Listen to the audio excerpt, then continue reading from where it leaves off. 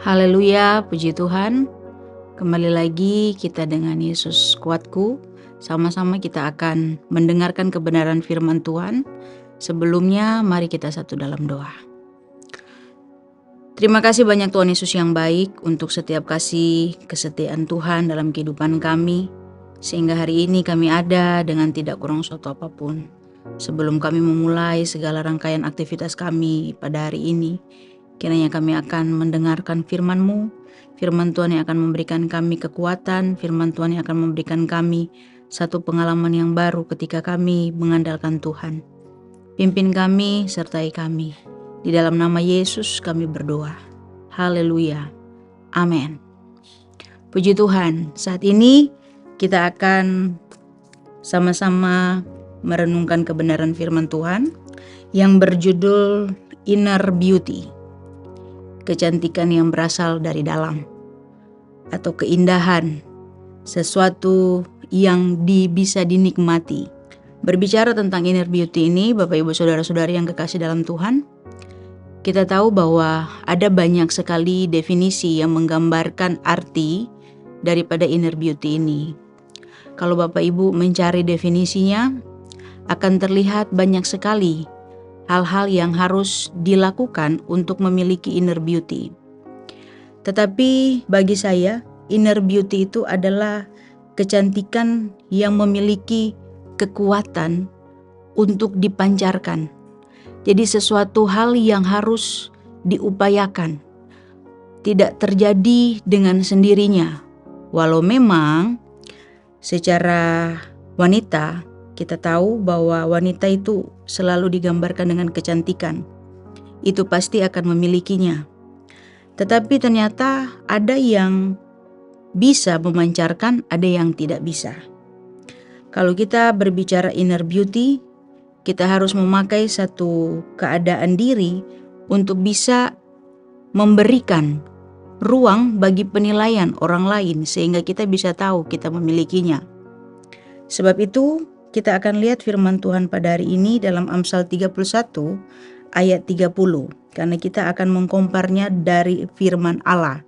Banyak filsuf, banyak orang yang boleh menilai segala hal tentang inner beauty.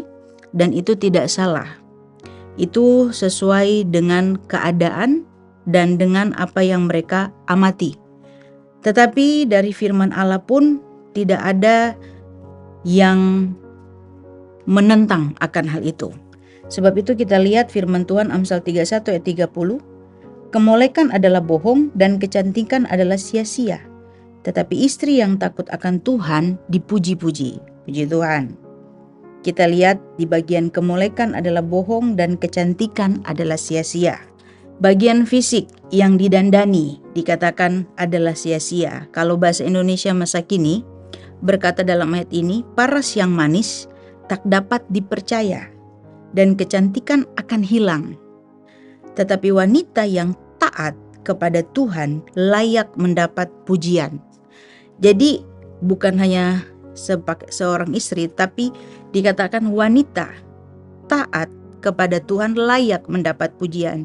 Jadi look yang baik, look yang terlihat bagi kita adalah suatu hal yang baik, paras yang manis, ternyata tidak bisa dipercaya. Itu bohong, semu. Kecantikan pun akan hilang. Sebagaimana kita mendandani wajah kita dengan waterproof makeup sekalipun, Bapak Ibu Saudara-saudari, itu pun pasti akan luntur. Ada masanya, ada waktunya. Tetapi kita lihat bahwa kekuatan daripada hal yang dari dalam ini itu adalah taat kepada Tuhan. Layak dia akan mendapat pujian. Berbicara taat atau takut akan Tuhan, itu berarti harus menjauhi segala kejahatan. Itu berarti harus mengikuti aturan-aturan dan ketentuan dari Tuhan. Nah, kita lihat bahwa hal-hal yang harus kita miliki untuk kita memiliki inner beauty ini, sehingga inner beauty ini bisa dinikmati orang atau dilihat, terpancar dari dalam.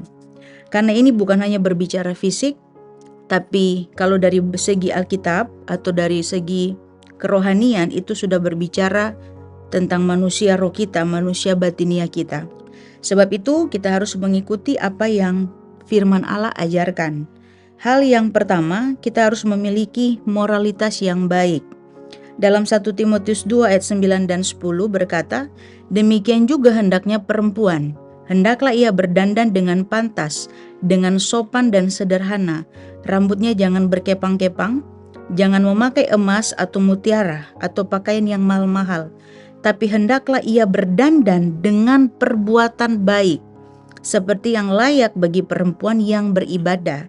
Di sini bukan berarti kita tidak boleh mendandani ya kehidupan kita, tetapi yang dimaksudkan pada waktu itu, karena di jemaat pada waktu Paulus dan Timotius saat itu ada, hal yang mereka tunjukkan dari dandanan itu adalah hanya menarik perhatian orang. Jadi mereka akan merasa adalah suatu kepuasan kalau orang melihat mereka dan tertarik dengan kehidupan mereka. Padahal yang Paulus dan atau Timotius, surat Timotius bilang, bukan hal itu yang diuntukkan bagi para perempuan, tetapi berdandan dalam perbuatan baik, layak bagi perempuan yang beribadah. Jadi memiliki moralitas yang baik, perbuatan yang baik. Amsal 11 ayat 22, seperti anting-anting emas di jungur atau hidung babi, demikianlah perempuan cantik yang tidak susila atau yang tidak berbudi. Budi pekerti itu sekarang harus ditingkatkan. Karena etika dalam kehidupan kita itu harus kita utamakan ternyata. Jadi selain perbuatan baik yang akan kita tunjukkan dan orang bisa lihat, itulah yang jadi salah satu cara orang bisa memikirkan atau mengambil kesimpulan bahwa wanita ini atau kita bisa memiliki inner beauty. Yang kedua, adanya aura positif atau tindakan yang kita lakukan untuk orang lain dalam ketulusan. Kolose 3 ayat 12 berkata, karena itu, sebagai orang-orang pilihan Allah yang dikuduskan dan dikasihinya, kenakanlah belas kasihan, kemurahan, kerendahan hati, kelemah lembutan, dan kesabaran. Hal ini juga langsung kepada orang yang kita bisa tampilkan, dan itu orang bisa melihat bahwa kita itu memilikinya. Sesuatu yang kita bisa tonjolkan kepada orang lain yang keluar dari dalam hati, yang keluar dengan motivasi yang tulus, jadi bukan dibuat-buat. Sebab itu kenakanlah belas kasihan. Suatu, kalau tadi dibilang kita taat, kita menjadi layak mendapat pujian. Kita tahu kita adalah orang pilihan Allah yang dikuduskan, kita harus mengenakan tadi kasih, belas kasihan, kemurahan, kerendahan hati, kelemah lembutan, dan kesabaran. Selanjutnya kita lihat bahwa selain moralitas yang baik, aura positif untuk orang lain atau tindakan kita yang kita lakukan dengan ketulusan, kita juga harus memiliki roh yang lemah lembut. Roh yang lemah lembut, suatu hal yang tidak semua bisa kita lihat kepada orang lain kalau itu tidak ditampilkan. Dalam 1 Petrus 3 ayat 4 berkata, tetapi perhiasanmu ialah manusia batinia yang tersembunyi dengan perhiasan tidak binasa, yang berasal dari roh yang lemah lembut dan tentram, yang sangat berharga di mata Allah. Sekali lagi, perhiasan kita, manusia batinia kita, dari dalam kita yang keluar, dan itu ternyata tidak akan binasa. Roh yang lemah lembut yang mampu memimpin kepada kebenaran. Roh yang lemah lembut kalau dalam Amsal 31 ayat 26 dikatakan dapat mengajarkan, ya. Roh yang lemah lembut yang dapat menenteramkan. Itu yang dimaksud dengan roh yang lemah lembut.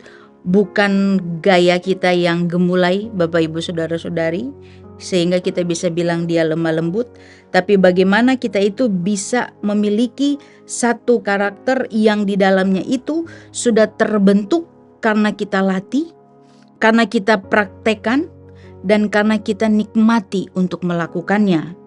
Karena kalau hanya kita tahu, kita pahami, tapi kita tidak lakukan, itu tidak akan terpancar inner beauty-nya.